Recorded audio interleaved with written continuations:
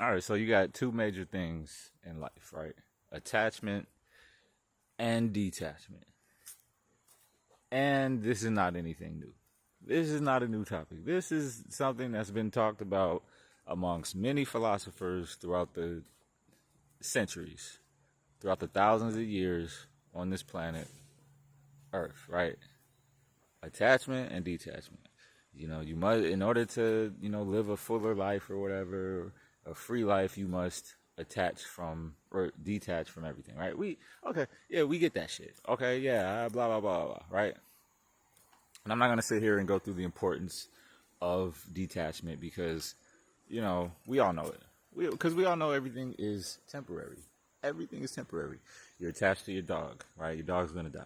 You're attached to your mom. Your mom's going to die. You're attached to your whatever, parents, your siblings, your job. Eventually you'll lose your job or you'll die or you'll get fired or whatever. The company will go out of business, right? Some shit like that. So, your house one day, just basically anything and everything that you can think of is going to be gone one day, even this planet at some point. So it makes sense. Like, okay, yeah, I get it. I'm not going to be attached to anything, you know. And it's easier said than done. It's hard to practice, yada, yada. So, and there are people out there, there are actually people who have the mindset of, you know what? It's like that movie, The Matrix, where the guy knows the steak he's eating, the world he's living in, it's all fake. Like he came from the real world and he's thrown back into the matrix of the fake world. But he's like, fuck it. You know what? I don't care. I'd rather feel good temporarily than live permanently in the real world, which he perceives as hell. He'd rather have pleasure. And I get that. Our attachments bring us pleasure. It brings most people pleasure. I completely get that. And look, I'm with you. All right, I'm with you. I'm on your side, right? Even though I am an advocate for detachment, right? If this cell phone I'm recording this video on, if I lose it today, I won't care. I've been phoneless before, and it was great. It was like, I remember the last time my phone broke. I was without a phone for a week. I'd ordered a new phone and it was taking forever to get in, and I was phoneless for a week. I'm talking about wasn't able to text, call, do anything. If anybody was gonna check on me, well, they're shit out of luck because I didn't have a cell phone. Man, it was to this date probably one of the best days or best weeks, I should say, of my life. Nothing to be attached to, and the cell phone is one of the biggest things that we're attached to. Our life is in our phones, right? So most people would be devastated, and that's a step that a lot of people don't want to take. We attach ourselves and detach ourselves from things every day, right?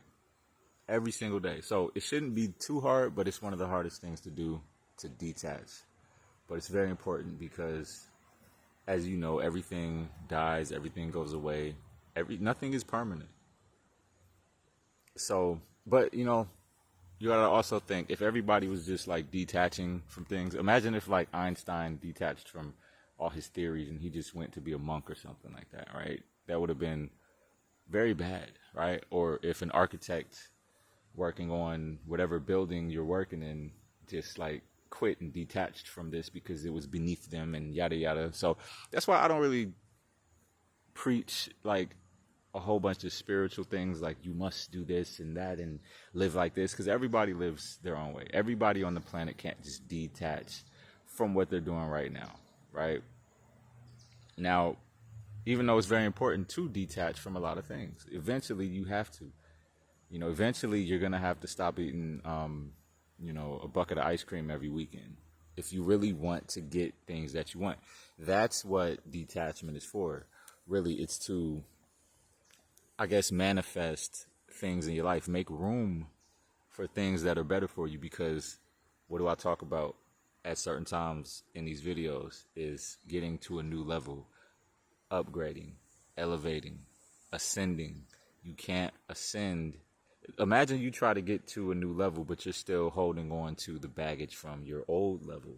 It won't make any sense. All right. So that in itself is the purpose of detachment. So you can make room for your next level of life. Gotta level up, right? So anyway, with that being said,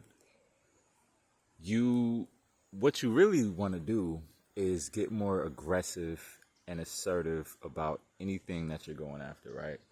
And it sounds simple, like, okay, yeah, we get it. You got to be aggressive, whatever, blah, blah, blah, blah. All that shit. Yeah, cliche shit. I know, look, but sometimes you got to get beat in the head with the cliche shit. All right. So, but this is the thing. And I don't want to, I hate to give celebrities credit, right? I hate to really give celebrities credit, but a lot of celebrities, like, people talk shit about celebrities, famous people, or higher up people, whatever, all day. And some of them deserve the hate, whatever, right?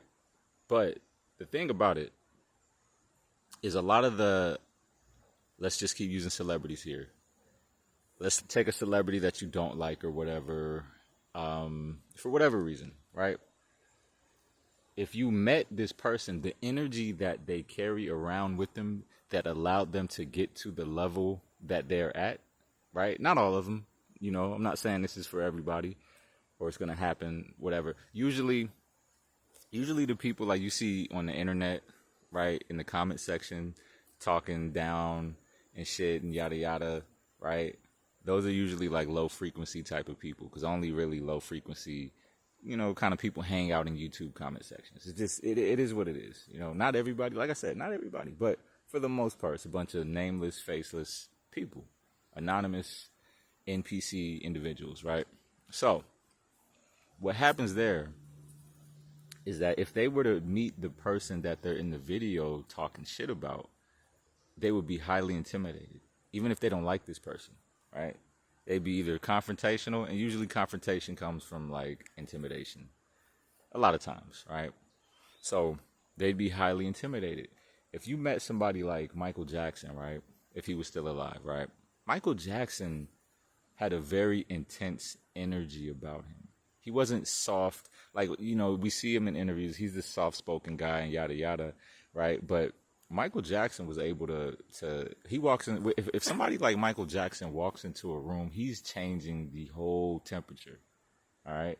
And that's because Michael Jackson had a certain energy about how he lived, the intensity he put into his craft, and that went into other areas of his life. So you would definitely feel that energy, point blank, period. Anybody that, even if you don't like somebody, you can feel that intense energy. Like, you got to use your muscle. You can't be scared. Like, we all have a certain muscle that we got to use. And until you get to that point, there's a certain level that you get to, like, where it's pure intimidation. Instead of you being intimidated by things, once you start doing things, once you start conquering things, getting over your fears, once you start putting that real aggressive energy into your craft, into whatever it is, it's going to translate into other areas, and you'll feel it, right? You'll start being the intimidator. People will be around you and be intimidated. Not everybody, but some. You'll start feeling that a lot more, right? That when two people are standing next to each other, one person has a higher frequency. The lesser frequency person usually is going to feel threatened a little bit, to a certain extent. So, yeah, I don't want to make this out or drag this out too long, right? But learn how to harness that aggressive, go-get-it, 2-minute drill energy and start being the intimidator. Start intimidating instead of letting life intimidate you, right? So that's all I wanted to say for right now. It's about 10 minutes. I don't want to keep blabbering on, but y'all have a great day.